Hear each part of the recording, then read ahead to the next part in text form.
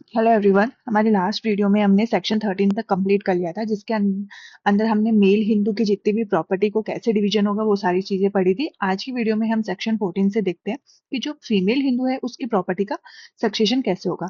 तो देखिए, सबसे पहले जो फीमेल हिंदू है इसकी प्रॉपर्टी का जो है वो सेक्शन 14 के अंदर दिया गया है, ये याद रखना है।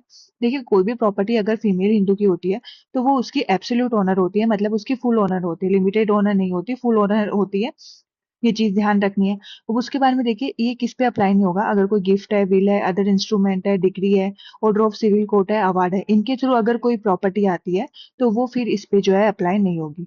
अब इसके अंदर केस लाता है कलाकुरी पट्टाभिराम स्वामी, जो थ्रू एलआर आए थे, और कलाकुरी काम्या काम्या राजू एंड अदर्स 2024, जिसके अंदर सुप्रीम कोर्ट ने ये क्लियरिफाई किया था कि कोई प्रॉपर्टी अगर ग्रांट की जाती है हिंदू वुमेन को और एक्सप्लिसिट रेस्ट्रिक्शन से की जाती है किसी लीगल डॉक्यूमेंट में, तो उसके इंटरेस्ट में वो क्या होगा, लिमिटेड इंटरेस्ट ही स्पेसिफाइड होगा। मतलब किसी भी कोई चीज आपको, कोई प्रॉपर्टी आपको दी गई है और उसके अंदर वो रेस्ट्रिक्शन लिखा गया है, तो वो उसी के रेस्ट्रिक्शन से ही आपको वो मिलेगी। और वो जो ग्रांट है जो 14 के क्लोज 2 के अंदर है, जो लिमिटेड इंटरेस्ट है, वो doesn't transfer into absolute ownership. अगर आपको लिमिटेड इंटरेस्ट ट्रांसफर हुआ है तो वो लिमिटेड ही रहेगा। वो ऐसा नहीं है कि आप उसको एब्सोल्यूट ओनरशिप में ट्रांसफर करेंगे, ऐसा बिल्कुल भी नहीं होता। तो ये 2024 का केस है। अब उसके बाद में देखिए, सेक्शन 15 है, जिसके अंदर ये दिया गया है कि सक्सेशन है वो फीमेल हिंदू का कैसे कैसे होगा। तो सबसे पहले मान लीजिए कोई भी फीमेल हिंदू है वो अगर एक्सपायर हो जाती है तो उसकी जो प्रॉपर्टी है वो किसको जाएगी। तो सबसे पहले उसकी प्रॉपर्टी इन क्लास को जाएगी, जिसके अंदर आता है son, daughter, husband, children of any pre deceased son और डॉटर। अगर ये लोग नहीं है तो फिर प्रॉपर्टी जाएगी इन लोगों को, जो कि सेकंड में आते हैं, जिसमें है हेयर्स ऑफ हस्बैंड। अगर ये भी नहीं है तो फिर प्रॉपर्टी जाती है थर्ड में, जिसमें आते हैं मदर एंड फादर। अगर ये भी नहीं है तो प्रॉपर्टी जाएगी हेयर्स ऑफ फादर्स को। अगर ये भी नहीं है तो प्रॉपर्टी जाती है हेयर्स ऑफ मदर को। तो ये कुछ क्लासेस दी गई है जिसके अंदर जो फीमेल हिंदू है उसकी प्रॉपर्टी है वो जाएगी। तो जिसके अंदर सबसे पहले सन, डॉटर, हस्बैंड, चिल्ड्रन आएंगे। फिर अगर वो लोग भी नहीं है तो हेयर्स ऑफ हस्बैंड आएंगे। वो लोग भी नहीं है तो मदर और फादर को चली जाएगी। वो लोग भी नहीं है तो फादर के हेयर्स को चली जाएगी, और फादर के हेयर नहीं है तो भी मदर को चली जाएगी। अब देखिए, क्लोज टू के अंदर ये दिया गया है कि प्रॉपर्टी अगर इनहेरेंट करी है हिंदू फीमेल ने अपने फादर और मदर से, तो फिर वो डिवोल्व कैसे होगी, वो डिवोल्व होगी उसके फादर्स को, फादर के हेयर्स को। देखिए, इसको ऐसे समझिए। मान लीजिए ये पर्सन है पी, जो कि है फीमेल हिंदू। इसके पास जो प्रॉपर्टी आई है वो इनके फादर से आई है। इनके फादर ने इनको प्रॉपर्टी दी। अब ये जो प्रॉपर्टी है वो अगर ये एक्सपायर होती है तो वो प्रॉपर्टी कैसे डिवाइड होगी। अगर मान लीजिए इसके कोई भी सन नहीं है और कोई भी डॉटर नहीं है, तो ना कोई सन है ना कोई डॉटर है, तो ये जो प्रॉपर्टी है ये फादर के हेयर को चली जाएगी। मतलब ये जो फादर है जिनसे प्रॉपर्टी आई थी उन्हीं के हेयर्स को वो प्रॉपर्टी चली जाएगी। अब देखिए, ये अपन ने जो अभी ऊपर पढ़े ये जितनी इतनी चीजें कि क्लास 1 से लेके 5th तक है, ट्रांस डिवाइड हो जाएगी जो प्रॉपर्टी है वो। वैसे डिवीजन नहीं होगा। अगर मदर और फादर से प्रॉपर्टी आएगी तो प्रॉपर्टी फिर फादर के हेयर में चली जाएगी, अगर उस जो पर्सन है फीमेल हिंदू उसके कोई भी सन या फिर डॉटर नहीं है तो। अभी क्लोज में देखिए, अगर जो प्रॉपर्टी इनहेरेंट करी है फीमेल हिंदू ने वो अपने हस्बैंड से करी है या फिर फादर इन लॉ से करी है। मान लीजिए ये पर्सन है पी, इसके पास प्रॉपर्टी आती है अपने हस्बैंड से या फिर अपने फादर इन लॉ से, तो इन दोनों में से किसी एक से इसको प्रॉपर्टी है वो मिलती है। तो फिर इसकी डेथ के बाद में अगर मान लीजिए सन नहीं है, वो डॉटर नहीं है, इसको कोई भी सन नहीं है, कोई भी डॉटर नहीं है, तो फिर वो प्रॉपर्टी है वो हस्बैंड के हेयर्स को चली जाएगी। ठीक है, तो अगर फादर देते हैं तो फादर के हेयर को चली जाएगी, और हस्बैंड देता है तो हस्बैंड के हेयर को चली जाएगी। तो इतना सिंपल से ये चीजें इसके अंदर याद रखनी है। अब देखिए, ऑर्डर जो सक्सेशन का कैसा होगा, जो हमने ऊपर पढ़ा कि मान लीजिए ये जो क्लास है इसके अंदर ये लोग नहीं है तो फिर इसमें चला जाएगा। हेयर्स ऑफ हस्बैंड भी नहीं है तो फिर अगले में चला जाएगा। तो ये जो साइकिल है ये ऐसे फॉलो होगी। ठीक है, तो 16 जो 16 सेक्शन है उसके अंदर ऑर्डर दिया गया है इसी सक्सेशन का। अब देखिए, 17 जो है वो साउथ के जो लॉज है, उनको स्पेशल लॉज है उनके अंडर ये आता है, तो वो उससे रिलेटेड है। तो ये आप छोड़ सकते हैं, ये कोई इतना इंपॉर्टेंट हमारा है नहीं। बल्कि वो जो साउथ के जो प्रोविजन दिए गए स्पेशल प्रोविजन, वो इसके अकॉर्डिंग जो है कराए जाएंगे।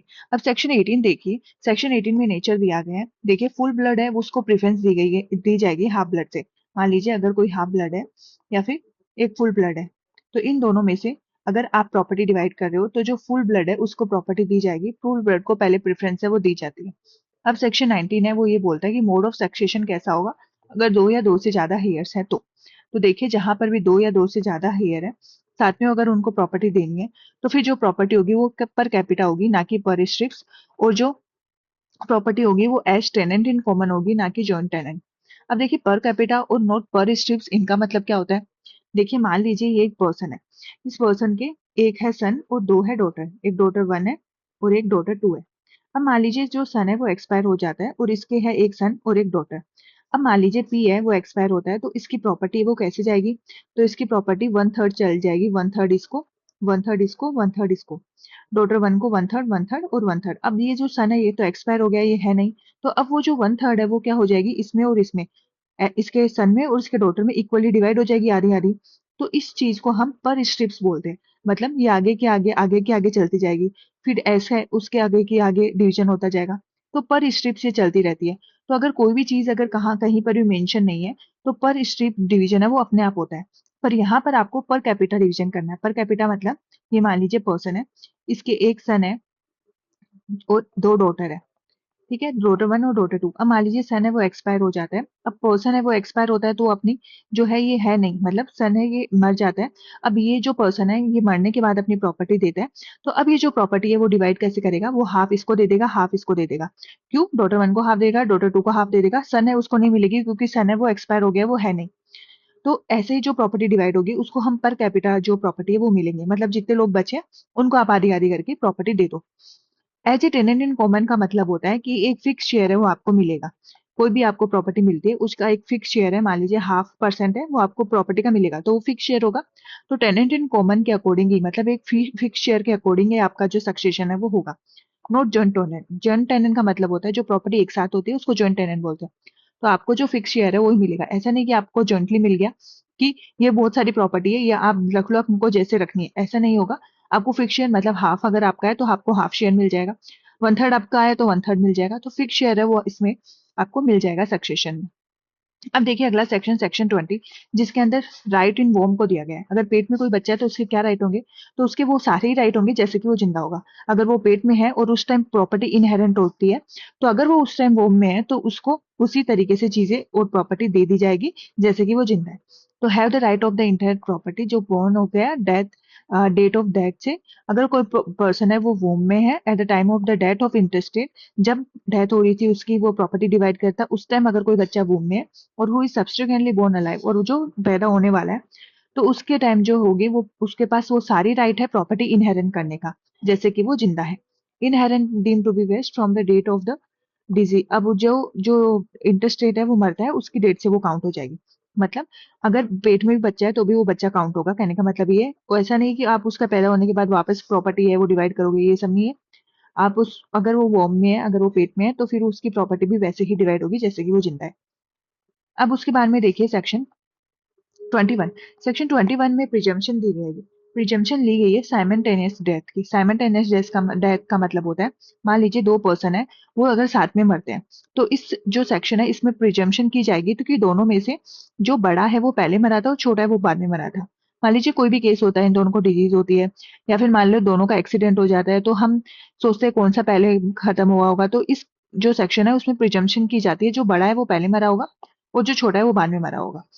अब देखिए जो सेक्शन 22 है उसके अंदर प्रिफरेंशियल राइट है to acquire the property in certain cases है, वो दी गई है। इसके अंदर इतना सा ही बोला गया है कि जो इंटरेस्ट आपका है वो प्रिफरेंशियल इंटरेस्ट होगा, और जो भी कंसिडरेशन होगा अगर वो डिसाइडेड नहीं है तो कोर्ट डिसाइड करेगी एप्लीकेशन पे। तो इतना ही आपको ध्यान रखना है कि जो कंसिडरेशन है that will be decided by the court. 23 और 24 है वो हमारा नहीं काम का है। 25 देखिए मर्डर डिस्क्वालीफाई। मर्डर डिस्क्वालीफाई सबसे पहले तो सेक्शन नंबर इंपॉर्टेंट है। अब देखिए मर्डर डिस्क्वालीफाई में मान लीजिए एक पर्सन है पी जिसके पास पूरी प्रॉपर्टी है, और फिर एक पर्सन है एस। अब ये जो पी है ये खत्म होगा, मैं मरेगा, तो इसकी सारी प्रॉपर्टी वो एस को मिलेगी। तो एस क्या सोचता है, पता नहीं कब मरेगा, कब मेरे को जाके प्रॉपर्टी मिलेगी। तो एस क्या करता है, जाके पी का मर्डर कर देता है ताकि इस पूरी की पूरी प्रॉपर्टी वो एस को मिल सके, जैसे कि हमने मूवीज वगैरह में बहुत बार देखा है। तो अगर ये ऐसा करता है एस, तो वो डिस्क्वालीफाई हो जाएगा। क्यों? क्योंकि उसने इसका मर्डर किया है प्रॉपर्टी लेने के लिए। तो अगर कोई भी पर्सन कमिट करता है मर्डर या फिर अबेट करता है मर्डर, तो वो डिस्क्वालीफाई हो जाएगा उस इनहेरेंट प्रॉपर्टी से। ऐसा नहीं है, मतलब क्योंकि अगर ऐसा होता तो सब लोग एक दूसरे का मर्डर कर करके प्रॉपर्टी ले लेते। इसीलिए ये जो सेक्शन है रखा गया है कि अगर आप मर्डर करते हैं और ये आपका इंटेंशन ये होता है कि अगर मैं मर्डर करूंगा तो मेरे को इनहेरेंट प्रॉपर्टी वो जल्दी मिल जाएगी, तो आप क्या हो जाएंगे, डिस्क्वालीफाई हो जाएंगे उस प्रॉपर्टी में से। अब देखिए अगला सेक्शन, सेक्शन 26, जिसके अंदर कन्वर्ट अगर हो जाता है पर्सन तो भी वो डिस्क्वालीफाई हो जाएगा। मान लीजिए कोई पर्सन है वो हिंदू है और हिंदू से उसने अपना रिलीजन चेंज करके मुस्लिम बन गया है, तो अब ये क्या हो जाएगा, डिस्क्वालीफाई हो जाएगा। अब आगे इसके अगर कोई बच्चे भी बोर्न होते हैं कन्वर्जन के बाद में तो वो भी डिस्क्वालीफाई हो जाएंगे। तो जो इनहेरेंट प्रॉपर्टी है उससे जो डिस्क्वालीफाई हो जाएगा अगर वो हिंदू से कोई और रिलीजन में चेंज हो जाता है तो। अब 27 है वो भी सेम बात कर रहे हैं कि अगर सक्सेशन है तो वो हेयर्स है वो भी डिस्क्वालीफाई हो जाएंगे। मतलब अगर मान लीजिए वो हिंदू से मुसलमान बन गया, उसके बाद में उसके अगर कोई भी जनरेशन चली जाएगी, सारे के सारे क्या हो जाएंगे, डिस्क्वालीफाई हो जाएंगे, क्योंकि वो खुद ही हिंदू नहीं रहा। तो एज ए पर्सन आगे वाले जो जनरेशन है वो भी उसकी काउंट नहीं होगी। अब उसके बाद में देखिए सेक्शन 28, अगर कोई डिजीज है, डिफिट है, तो वो आपको डिस्क्वालीफाई नहीं करेगी। मान लीजिए कोई पर्सन है, उसके अगर कोई डिजीज है तो वो डिस्क्वालीफाई नहीं होगा प्रॉपर्टी में से। अगर कोई डिफेक्ट है तो भी नहीं होगा, या फिर कोई डिफॉर्मिटी है तब भी नहीं होगा। तो अगर ये सब चीजें हैं, डिजीज, डिफेक्ट और डिफॉर्मिटी, तो आप उसको डिस्क्वालीफाई नहीं कर सकते। वो फिर भी लायबल होगा अपनी, फिर भी वो कैपेबल होगा अपनी इनहेरेंट प्रॉपर्टी के लिए। अब देखिए सेक्शन 29 है, बहुत इंपॉर्टेंट है। सेक्शन 29 सबसे पहले तो इसका नंबर याद रखना है, 29 के अंदर ही आता है। इसके अंदर एस्टेट का जो प्रिंसिपल है वो दिया गया है। फेलियर ऑफ हेयर का मतलब है अगर आपके कोई भी हेयर नहीं बचता है, कोई भी लोग हैं आपके पीछे आगे पीछे नहीं बचते हैं, तो फिर जो प्रॉपर्टी होगी वो एस्टेट को चली जाएगी। एस्टेट का मतलब होता है गवर्नमेंट को चली जाएगी। तो इसमें अगर कोई भी हेयर आपका नहीं है जिसको आप प्रॉपर्टी दे सकते हैं, तो फिर जो हमने क्लास 1 क्लास 2 पढ़े, सारे जो हेयर्स पढ़े कि क्लास 1 को जाएगा फिर क्लास 2 को जाएगा, एग्नेंस कोग्नेंस कोई भी अवेलेबल नहीं है, तो प्रॉपर्टी वो एस्टेट को चली जाती है, गवर्नमेंट को चली जाती है, डिवॉल्व हो जाती है गवर्नमेंट को। अब इसके अंदर एक केस दिया गया है जिसका नाम है Bhimabai Mahadev Kambekar versus Atur import export company, जो 2019 का केस है। इसके अंदर सुप्रीम कोर्ट ने ये रूल किया कि जो एस्टीट है वो सिर्फ अप्लाई होगा अगर कंप्लीट अब्सेंस है लीगल हेयर्स की, मतलब कोई भी लीगल हेयर्स है वो अब नहीं बचा है, तो फिर ये प्रिंसिपल अप्लाई होगा। अगर कोई डिस्टेंट रिलेटिव मतलब कोई दूर का रिश्तेदार अगर मौजूद है जो ये प्रॉपर्टी ले सकता है, तो फिर प्रॉपर्टी वो गवर्नमेंट को नहीं जाएगी। तो प्रॉपर्टी गवर्नमेंट को कब जाएगी, जब जो प्रॉपर्टी है उसका कोई भी हेयर है वो अवेलेबल नहीं है। अब उसके बारे में देखिए सेक्शन 30, सेक्शन 30 के अंदर जो हिंदू है वो डिस्पोज करेगा प्रॉपर्टी या तो बाय विल या फिर बाय अदर टेस्टामेंट्री डिस्पोजिशन। तो अदर टेस्टामेंट्री डिस्पोजिशन है उसके लिए ही हमारा इंडियन सक्सेशन एक्ट 1925 एक और अवेलेबल है, जिसके अकॉर्डिंग जो है सक्सेशन हो जाएगा। अब देखिए सेक्शन 30 है उसके अंदर टेस्टामेंट्री सक्सेशन दिया गया है, ये भी ध्यान रखना है। उसके बाद में हमारा एक और चैप्टर आता है जिसके अंदर जो सेक्शन है वो रिपील हो गया, ये सेक्शन 31 है जो कि रिपील्ड है, और इसका जो रिपीलिंग नंबर है वो 1960 है, 58 1960। तो ये भी ध्यान रखना है। तो आज के इस लेक्चर में हमने जो हिंदू सक्सेशन एक्ट है हमारा वो पूरा कर लिया है। फिर भी अगर आपको कोई डाउट हो वो पूछ लीजिएगा। आज की वीडियो में इतना ही। Thank you.